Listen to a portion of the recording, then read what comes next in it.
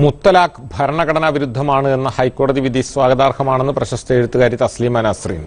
ഏകീകൃത സിവിൽ കോഡിനെ പിന്തുണയ്ക്കും. ശബരിമലയിൽ സ്ത്രീ പ്രവേശനം അനുവദിക്കണമെന്നും ആരാധനാലയങ്ങളിൽ സ്ത്രീകൾക്ക് മാത്രം പ്രത്യേക വസ്ത്രം ഏർപ്പെടുത്തുന്നത് ശരിയല്ല എന്നും അവർ അഭിപ്രായപ്പെട്ടു. പുസ്തക പ്രകാശനത്തിനായി തിരുവനന്തപുരത്തെത്തിയതായിരുന്നു തസ്ലീമ. നാടുകടത്തലെന്ന് പേരിട്ട ആത്മകഥയുടെ പ്രകാശനത്തിനിടെ കുട്ടിക്കാലം മുതൽ തീവ്രവാദികളുടെ പക്കൽ നിന്ന് നേരിടേണ്ടി വന്ന ആക്രമണങ്ങൾ തസ്ലീമ എണ്ണി പറഞ്ഞു. എല്ലാ വ്യവസ്ഥാപിത മതങ്ങളും സാമുദായിക സംഘടനകളും സ്ത്രീകളുടെ സ്വാതന്ത്ര്യത്തെ ഹനിക്കുന്ന നിലപാടുള്ളവരാണ്. മതാതീതവും മതേതരവുമായിരിക്കണം ഭരണ സംവിധാനവും നീതിന്യായ വ്യവസ്ഥയും.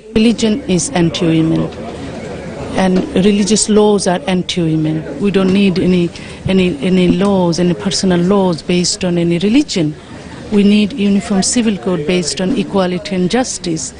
സ്ത്രീകളുടെ ആരാധന സ്വാതന്ത്ര്യത്തിന് വിലക്കുകളും നിയന്ത്രണങ്ങളും പാടില്ലെന്നും തസ്ലീമ നസ്രീൻ പറയുന്നു. Such laws should be abolished, such systems should be abolished because menstruating women have the right to enter anywhere. പുസ്തകത്തിൽ നിന്നുള്ള കവിതകൾ ചൊല്ലാനും വായനക്കാരുടെ ചോദ്യങ്ങൾക്ക് മറുപടി പറയാനും അവർ തയ്യാറായി. കനത്ത സുരക്ഷയിലാണ് ചടങ്ങ് സംഘടിപ്പിച്ചത്.